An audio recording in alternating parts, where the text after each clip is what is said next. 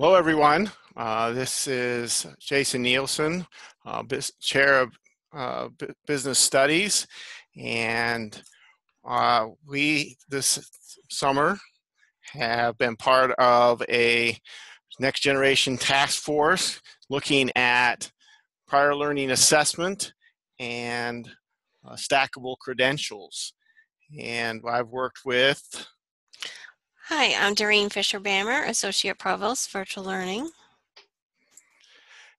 So we have co-chaired this task force, or you might say subset of the next generation task force, with some additional folks to look at this prior learning assessment, which is the idea that students who come to HACC may have prior learning that can be assessed in terms of experience in the military, experience at work, taking standardized exams, and various other ways that they could demonstrate prior learning and being able to assess that and give them credit for that.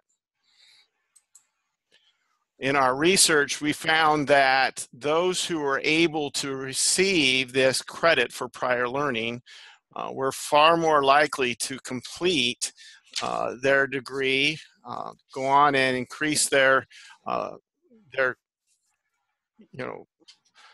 expertise at the institution where that was granted. So if you look at the two bar graphs, you can see that the percentage of those who are able to go on and earn their degree was much higher for those who had that opportunity to receive prior learning credit versus those who did not. The other area of focus was stackable credentials. And this is a credential that is part of a sequence of credentials that can be accumulated over time to build up an individual's qualifications. Typically, stackable credentials help individuals move up a career ladder or along a career pathway to different and potentially higher paying jobs. Our other working group members, we have Howard Alexander, Campus Director, Counseling. Krista Belgian, Education Specialist, Corporate and Business Services. Rusty Brink, Coordinator for Manufacturing. Mike Corradino, Campus Dean, Academic Affairs. Melinda Esch, Department Chair, Health and Public Services. Kelly Engel, Department Chair, Engineering and Technology. Marjorie Mattis, Campus Dean, Academic Affairs. Juanita Mork, Executive Assistant for Office of Information Systems and Technology. Vic Rogers, Associate Provost, Workforce Development. And Shannon Zeller, Coordinator of Records.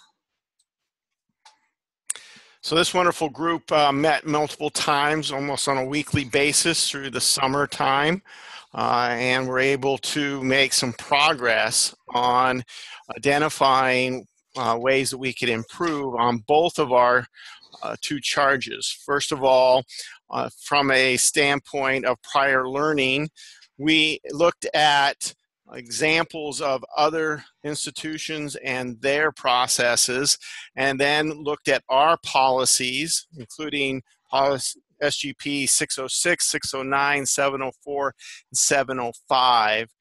And as a group, we looked at and revised or drafted some revisions to those policies to make the process more transparent and to be more helpful to students, as well as be able to more streamlined from a HACC standpoint, so that HACC personnel don't have to spend as much time as well. So we have been through those, and we'll continue to work on those going forward.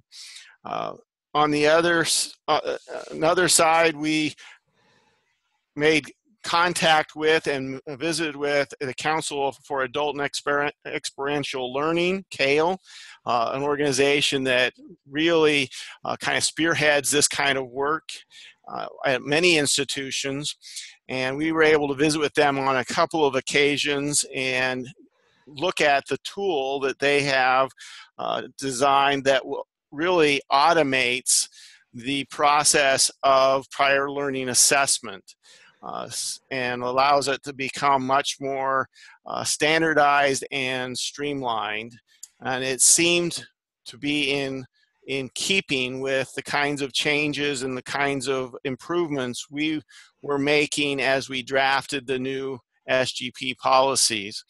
And so we felt it that to recommend that we utilize this tool to make it much more attractive to students to receive the prior learning assessment and to be able to make progress in a much more streamlined way towards their educational goals.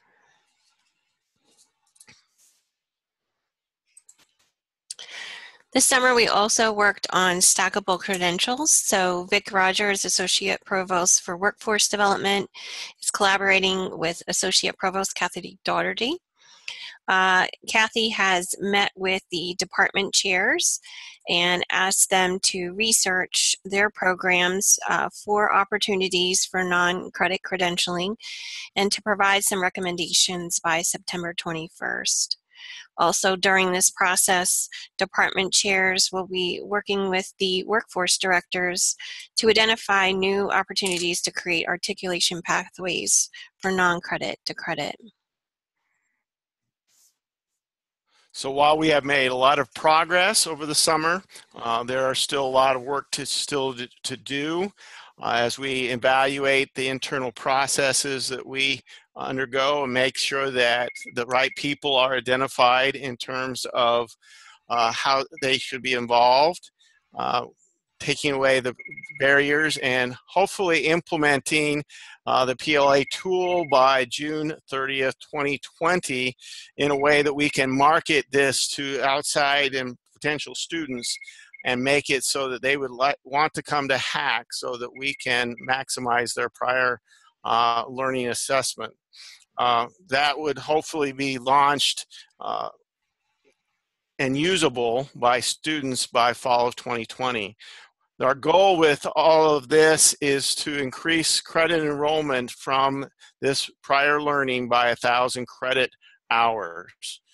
On the stackable credentials side, we will continue to work with department chairs and the workforce development directors to partner together and to find career pathways that work from credit to non-credit and even vice versa, and asking that both on the workforce programs all map to at least one credit pathway as they go through the process of determining new programs, as well as having each of the departments look at ways that they can work more carefully with workforce in articulating credit into their programs. If you have any questions, there is our contact information. We appreciate any of your input, and as well as we go forward, that would help improve our processes and our thinking. So, thank you. Thank you.